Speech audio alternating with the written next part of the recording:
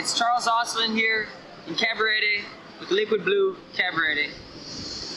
And today we're going to be talking about how to stand up on the board when wingfoiling. There's a lot of people that always say, should I do it this way, should I do it that way, and what is the right way?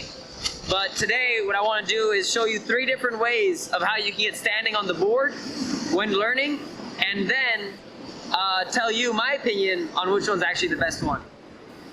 So here we have a board. This is just for example. It's a 90 liter 5.5 F1 rocket wing ASC. But just to show you, there's essentially 3 ways that you can get standing on this board. One way that a lot of people have been doing recently is getting on their knees sideways to the board's nose. Another way is being straight with the board on your knees. And then the third way works only, in my opinion, on high volume boards, which is standing and then bringing your wing up. So here I'm going to show you, I'm going to turn my back to you guys, but I'm going to show you first being side on the board and tell you a little bit about the pros and the cons of it. So when I'm going to be riding, I go out to sea this way. The wind, just for reference, is coming behind me. But basically, I'm going to get onto the board. One of the ways that people get onto the board is being like this sideways. So you can either get up crawling from here up to the board when you're on the water, or when you're laying flat on the board, you get up and then you go sideways. From here, people bring the wing up above themselves. They bring one foot, and then the second, and then they get riding.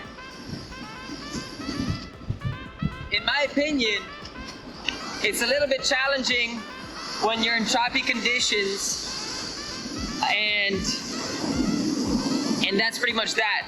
It's a lot more challenging because you're sideways with the wind blowing to your back, which sometimes people think can help them, but it's also sometimes a bit of a struggle.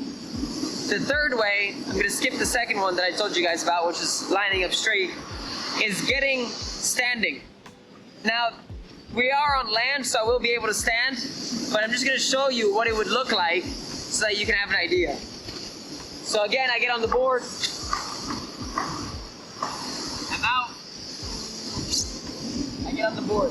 From here, I'm going to want to try to get standing, and I'm going to want to bring my wing up. But what I'm going to do is I'm going to use my wing as a bit of a balance. So first I'm going to hold it, pressing it down. I'm going to bring my foot and up. And from here, I'm going to keep pulling down on my wing to give me a bit of balance. And then I'm going to try to get going. So this way also, if you're riding a high volume board, which essentially means you have too much board for yourself on that day or that spot, 110, 120, 130 liters plus, maybe 140, 150, the standing technique might work out for you. And then the third one, which is the one that we use and I personally recommend, is getting up on your knees normally. I use the word normally because I think this should be the most common way for most people. Let's say I get onto the board,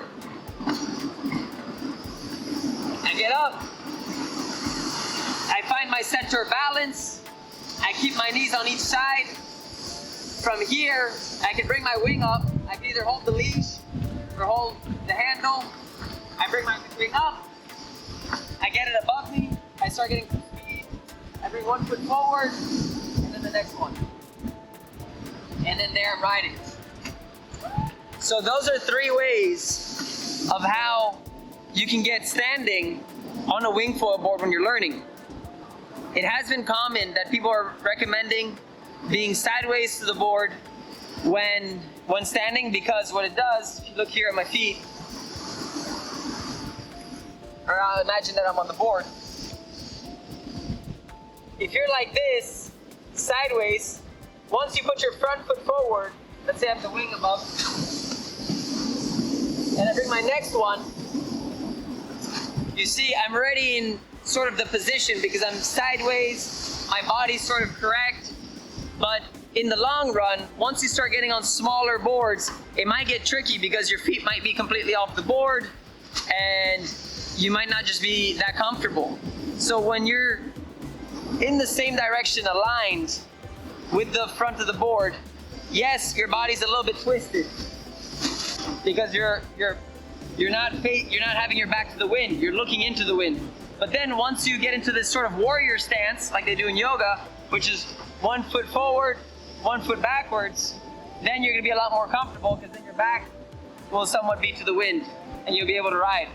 And then the standing technique, it could work, but if it's super strong wind, if it's super choppy, it might be a bit of a challenge for some people, just because you go from having no power to full power, and then also you might just be out of control because of the balance from the choppiness.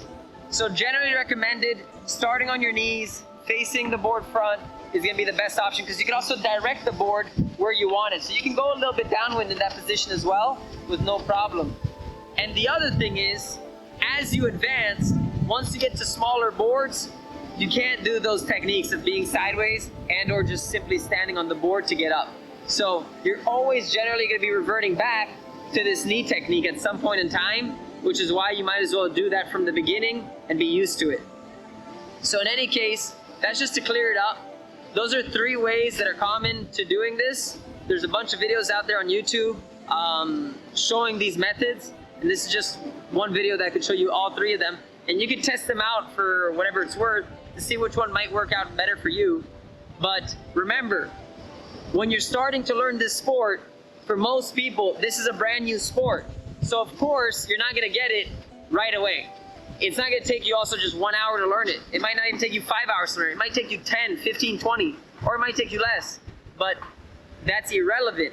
The point is that you gotta stay safe, you gotta have fun, and you just gotta continue practicing no matter what your level is.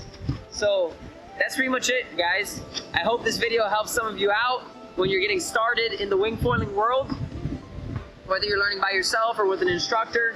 Sometimes you can refer these videos just so you can maybe let your instructor know that, hey, maybe there's some other techniques if this one's not really working out for me. But also, if you try something once and it doesn't work, doesn't mean it doesn't work. There's a lot of people that have used any of these methods to get up and going and have made it happen. So it's just a matter of continuing to push forward and keep practicing, because without practice, without water time, you're not gonna get anywhere.